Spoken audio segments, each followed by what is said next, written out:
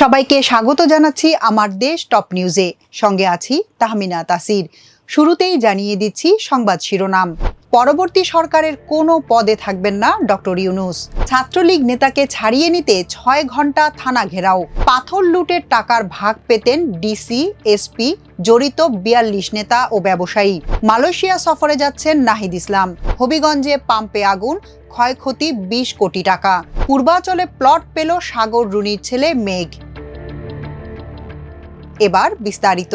যুক্তরাষ্ট্রের ইউটা ভিত্তিক সংবাদ মাধ্যম ডেসারাট নিউজের নিবন্ধন লিখেছেন প্রধান উপদেষ্টা ডক্টর মোহাম্মদ ইউনূস। এতে গত বছর বাংলাদেশের গণ অভ্যুত্থান অন্তর্বর্তী সরকার প্রধানের দায়িত্ব গ্রহণ এবং সংস্কার সহ বিভিন্ন বিষয় নিয়ে বিস্তারিত বলেছেন তিনি। বৃহস্পতিবার নিবন্ধনটি প্রকাশ করেছে সংবাদ মাধ্যমটি।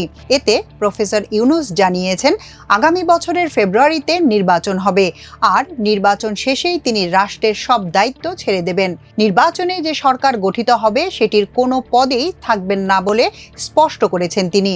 ডক্টর ইউনূস লিখেছেন, আমি স্পষ্ট করেছি জাতীয় নির্বাচন আগামী ফেব্রুয়ারিতেই হবে। এরপর যে সরকার আসবে সেখানে নির্বাচিত বা নিযুক্ত করা কোনো পদে আমি থাকব না। তিনি বলেছেন, আমার সরকারের মূল লক্ষ্য হলো একটি অবাধ, সুষ্ঠু ও শান্তিপূর্ণ নির্বাচন আয়োজন করা, যেখানে রাজনৈতিক দলগুলো ভোটারদের সঙ্গে তাদের পরিকল্পনাগুলো বলতে পারবে। আমাদের মিশন হলো সব বৈধ ভোটার যেন তাদের ভোট দিতে পারে, যারা প্রবাসে আছেন তারাও। এটি একটি বড় কাজ, কিন্তু আমরা কাজটি সম্পন্ন করতে প্রতিশ্রুতিবদ্ধ। স্বাস্থ্য খাতের সংস্কার আন্দোলনের সংগঠক ও গ্রেফতার হওয়া নিষিদ্ধ সংগঠন ছাত্রলীগ নেতা হোসাইন আল সুহানকে ছাড়িয়ে নিতে প্রায় 6 ঘন্টা থানা ঘেরাও করে বিক্ষোভ করেছে আন্দোলনকারীরা। মঙ্গলবার সন্ধ্যা 6টা থেকে রাত 11:15 পর্যন্ত বরিশাল কোতোয়ালি থানা কম্পাউন্ডের প্রবেশদ্বার আটকে বিক্ষোভ করেন তারা। এ সময় আন্দোলনের প্রধান সংগঠক মহিউদ্দিন রনি সহ অন্যরা সুহানের মুক্তির দাবি জানায়। এর আগে রনি সহ আন্দোলনরত শিক্ষার্থীরা তাদের গ্রেফতারের দাবি জানিয়ে থানার ভেতরে প্রবেশ করে। পরে গভীর রাতে পুলিশের সঙ্গে বৈঠক শেষে থানা কম্পাউন্ড ত্যাগ করে শিক্ষার্থীরা। প্রত্যক্ষদর্শীরা বলেন, থানায় প্রবেশের সঙ্গে সঙ্গে বরিশাল মেট্রোপলিটন পুলিশের উপকমিশনার মোহাম্মদ ইমদাদ হুসাইন, অতিরিক্ত উপকমিশনার বেলাল হুসাইন, সহকারী কমিশনার অলোক কান্তি শর্মা সহ কর্মকর্তারা থানার অভ্যর্থনা কক্ষে রনি সহ শিক্ষার্থীদের সঙ্গে কথা বলেন। এ সময় রনি সহ শিক্ষার্থীরা সুহানের মুক্তির দাবি জানায়। সেই কথোপকথনের সময় অতিরিক্ত উপকমিশনার বেলাল হুসাইনের সঙ্গে রনির বাদানুবাদ হলেও উপকমিশনার ইমদাদ হুসাইন পরিস্থিতি নিয়ন্ত্রণে আনেন। এরপর শিক্ষার্থীরা থানা কম্পাউন্ডে অবস্থান নেয়। এর আগে সেবাচিম হাসপাতালে চিকিৎসক সহ বেশ কয়েকজনের উপর জুলাই অভ্যুত্থানে হামলার অভিযোগে হওয়া মামলায় মঙ্গলবার 12:30টার দিকে নগর ভবনের সামনে থেকে তাকে গ্রেফতার করা হয়। বরিশাল মেট্রোপলিটন পুলিশের উপকমিশনার ইমদাদ হুসাইন জানিয়েছেন, থানা হচ্ছে নাগরিকদের সেবা গ্রহণের জায়গা। এখানে সেবা নিতে যে কেউ আসতে পারে। শিক্ষার্থীরাও এসেছিল।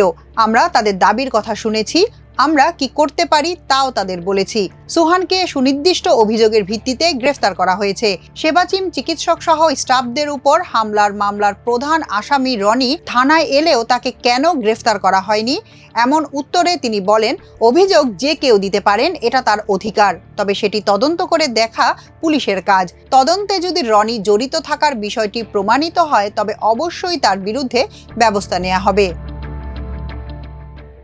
সিলেটের কোম্পানিগঞ্জে সাদা পাথর লুটপাটে প্রত্যক্ষ ও পরোক্ষভাবে 42 জন রাজনীতিবিদ ও প্রভাবশালী ব্যক্তির সংশ্লিষ্টতার প্রমাণ পেয়েছে দুর্নীতি দমন কমিশন। তালিকায় বিএনপি, জামায়াত, এনসিপি ও আওয়ামী লীগ নেতাকর্মীরা আছেন। এছাড়া লুটপাটে স্থানীয় প্রশাসন, পুলিশ, বিজিবির নিষ্ক্রিয়তা ও সহযোগিতা ছিল। সাদা পাথর এলাকায় এনফোর্সমেন্ট অভিযান চালিয়ে দুদক এসব তথ্য জানতে পেরেছে। 13 আগস্ট দুদক সিলেটের সমন্বিত জেলা কার্যালয়ের উপপরিচালক রাফি মোহাম্মদ নাজমুস সাদাতের নেতৃত্বে 5 সদস্যের একটি প্রতিনিধি দল এ অভিযান চালায়। পরে অভিযানে পাওয়া যাবতীয় তথ্য প্রতিবেদন আকারে ঢাকায় পাঠানো হয়।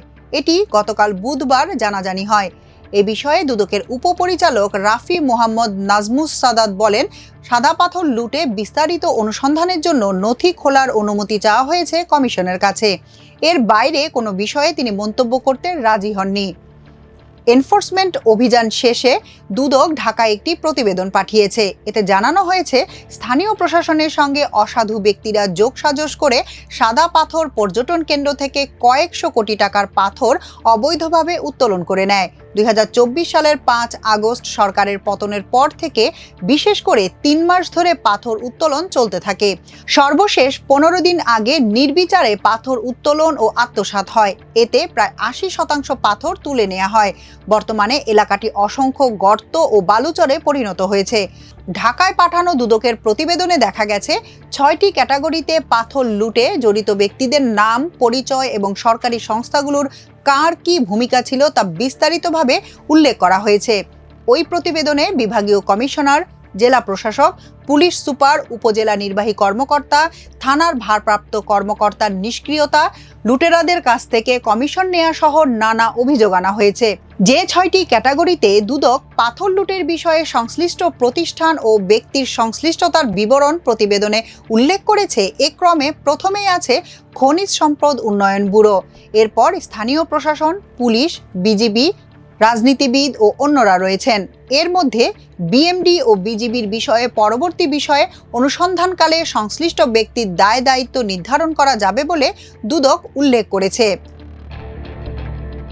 2024 সালের ঐতিহাসিক জুলাই গণ অভ্যুত্থানের অন্যতম নায়ক, অন্তর্বর্তী সরকারের সাবেক উপদেষ্টা এবং জাতীয় নাগরিক পার্টি এনসিপির আহ্বায়ক মোহাম্মদ নাহিদ ইসলাম 12 থেকে 24 আগস্ট পর্যন্ত মালয়েশিয়া সফর করবেন। তার এই সফরের সার্বিক আয়োজন করছে NCP diaspora alliance Malaysia chapter. 3 দিনের এই সফরে তিনি প্রবাসী বাংলাদেশি সম্প্রদায়, সামাজিক ও রাজনৈতিক সংগঠনের প্রতিনিধি, সাংবাদিক, মানবাধিকার কর্মী এবং বিভিন্ন পেশাজীবীর সঙ্গে মতবিনিময় ও নৈশভোজে অংশ নেবেন। এছাড়া বাংলাদেশ হাই কমিশন মালয়েশিয়ার কর্মকর্তাদের সঙ্গেও তার সৌজন্য সাক্ষাৎ অনুষ্ঠিত হওয়ার কথা রয়েছে। সফরের অংশ হিসেবে একটি গ্র্যান্ড পাবলিক ইভেন্ট আয়োজন করা হবে, যেখানে 300-রও বেশি প্রবাসী বাংলাদেশি অংশ নেবেন। মহাসমাবেশে রাজনৈতিক নেতা, জুলাই বিপ্লবে অংশগ্রহণকারী ছাত্রছাত্রী এবং প্রবাসীরা উপস্থিত থাকবেন। পাশাপাশি তিনি বিভিন্ন পেশাজীবী সংগঠন, মানবাধিকার কর্মী, সাংবাদিক এবং সামাজিক সংগঠনের প্রতিনিধিদের সঙ্গেও মতবিনিময় করবেন। আলোচনায় বাংলাদেশের সাম্প্রতিক রাজনৈতিক পরিবর্তন, প্রবাসীদের অধিকার, সামাজিক দায়বদ্ধতা, মানবাধিকার সুরক্ষা এবং রাষ্ট্র গঠনে প্রবাসীদের ভূমিকা নিয়ে গুরুত্বপূর্ণ দিক নির্দেশনা আসবে বলে আশা করা হচ্ছে। হবিগঞ্জের ঢাকা-সিলেট মহাসড়কের নবীগঞ্জ উপজেলার আউশকান্দি সিএনজি গ্যাস স্টেশনে বিস্ফোরণে ভয়াবহ অগ্নিকাণ্ডে 10টি সিএনজি, একটি বাস সহ পাম্প পুড়ে ছাই হয়েছে। এ সময় 6 জন গুরুতর আহত হয়েছেন। আহতদের সিলেট ওসমানী মেডিকেল কলেজ হাসপাতালে পাঠানো হয়েছে। স্থানীয় সূত্রে জানা গেছে, বৃহস্পতিবার সকাল 6টার দিকে একটি বাসে গ্যাস নেওয়ার সময় বিস্ফোরণে অগ্নিকাণ্ড সংঘটিত হয়। এ সময় একটি বাসের মধ্যে গ্যাস দিচ্ছিলেন কর্মচারী রাসেল মিয়া, পাশেই ছিলেন ম্যানেজার জয়নাল মিয়া। 37 পয়েন্ট গ্যাস দেওয়ার পরে গ্যাসের নলেজ ছিঁড়ে যায়, সাথে সাথে বিস্ফোরণ ঘটে। মুহূর্তের মধ্যে অগ্নিকাণ্ড সর্বত্র ছড়িয়ে পড়ে। এ সময় সিএনজি পাম্পের 3 তলায় থাকা কয়েকজন কর্মী লাফ দিয়ে নিচে পড়ে গুরুতর আহত হন। এ সময় বিভিন্ন গাড়ির চালকরা দৌড়ে রক্ষা পেলেও গ্যাস পাম্পের কর্মচারী রাসেল মিয়া, ম্যানেজার জয়নাল আবেদিন গুরুতর আহত হন। নিহত সাংবাদিক দম্পতি সাগর সরোয়ার ও মেহেরুন রুনির সন্তান মাহির সরোয়ার মেঘের হাতে পূর্বাচলে 3 কাঠা জমির দলিল হস্তান্তর করেছেন প্রধান উপদেষ্টা প্রফেসর মোহাম্মদ ইউনূস। বৃহস্পতিবার বিকেলে রাষ্ট্রীয় অতিথি ভবন যমুনায় আনুষ্ঠানিকভাবে মেঘের হাতে দলিল তুলে দেন প্রধান উপদেষ্টা। সাংবাদিক সাগর সরোয়ার 2004 সালে প্লটের জন্য আবেদন করেন এবং 2005 সালে তিনি বরাদ্দ পান। পরবর্তীতে 2009 সালে সম্পূর্ণ মূল্য পরিশোধের পরও বিগত আওয়ামী লীগ সরকারের আমলে সাগর রুনির পরিবারকে জমি বুঝিয়ে দেয়া হয়নি। বর্তমানে উত্তরাধিকার সূত্রে এই প্লটের মালিক সাগর সরোয়ারের মা সালেহা মনির এবং পুত্র মাহির সরোয়ার মেঘ। দলিল হস্তান্তর অনুষ্ঠানে প্রধান উপদেষ্টা আলোচিত সাগর রুনি হত্যা মামলার তদন্তের অগ্রগতি সম্পর্কে খোঁজ খবর নেন। তিনি বলেন, তদন্তে এ ধরনের দীর্ঘসূত্রিতা মানুষের মধ্যে বিরূপ প্রতিক্রিয়া তৈরি করে। আইনি ব্যবস্থা সম্পর্কে মানুষ হতাশ হয়ে পড়ে। এখনকার মতো এ পর্যন্তই। সবাই ভালো থাকুন, সুস্থ থাকুন, থাকুন আমার দেশের সঙ্গে। চ্যানেলটি ভালো লাগলে সাবস্ক্রাইব করুন। আল্লাহ হাফেজ।